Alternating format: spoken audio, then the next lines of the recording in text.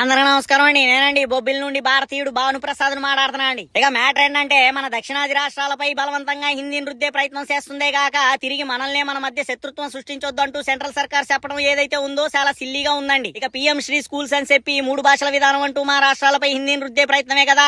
మరి మీ ఉత్తరాది రాష్ట్రాల్లో ఆ 3 భాషల్లో ఒక భాషగా మా తెలుగునో తమిళనో కన్నడనో మలయాళంనో జోడించగలరా? ఇక భాషా ప్రయుక్తి రాష్ట్రాలు మేలుకోవాల్సిన అవసరం చాలా ఉందండి. పైగా ఢిల్లీ అధికార కేంద్రీకరణ ప్రయత్నాలను వ్యతిరేకిస్తూ ఎదుర్కోవాల్సిన అవసరం ఇంకా ఉందండి. ఇక ఢిల్లీలో కూర్చున్న వాళ్ళు మనల్ని పాలించే రాజులు కాదు, మన రాష్ట్రాలు వాళ్ళకి పన్నులు కట్టే సామంతులు అంతకన్నా కాదు. ఇక మన దేశం ఫెడరల్ స్ఫూర్తితో ఏర్పడిన దేశం అండి. అంటే ఇచ్చిపుచ్చుకోవడం అనేది మన ఆనవాయితీ అండి. అది మర్చిపోయి మా రాష్ట్రాలపైన అధికారం చెలాయించాలని చూస్తే ఊరుకునే వాళ్ళు ఎవరు లేరండి. అది గుర్తెట్టుకోండి. ఇక కొంతమంది రాజకీయ నాయకులు తమ స్వలాభం కొరకు రాష్ట్రాల మధ్య గొడవలు ఎట్టేందుకు సిద్ధంగా ఉన్నారండి. కానీ కొంతమంది నిజమైన నాయకులు తమ రాష్ట్ర ప్రయోజనాల కొరకు యుద్ధం చేసేటందుకైనా వెనకాడబోమని ఎదురెళ్తున్నారండి. ఇక రాష్ట్రాలకి స్వేచ్ఛా స్వతంత్రాలు ఉండాలండి. అలా ఉంటేనే మన దేశం మరో 1000 ఏళ్ళైనా కలిసే ఉంటుందండి. కలిసి ఉండాలని మనమంతా కోరుకుంటున్నామండి. అలా ఉండేలా రాష్ట్రాల మధ్య సమాన సవరణలు చేయాలంటూ ప్రభుత్వానికి గుర్తు చేయడమే ఈ వీడియో యొక్క అసలైన అర్థం అండి. ఇక నా ఈ అభిప్రాయంపై మీ స్పందన ఏంటో కామెంట్స్ లో మెన్షన్ చేయండి. ఉంటాండి మరి.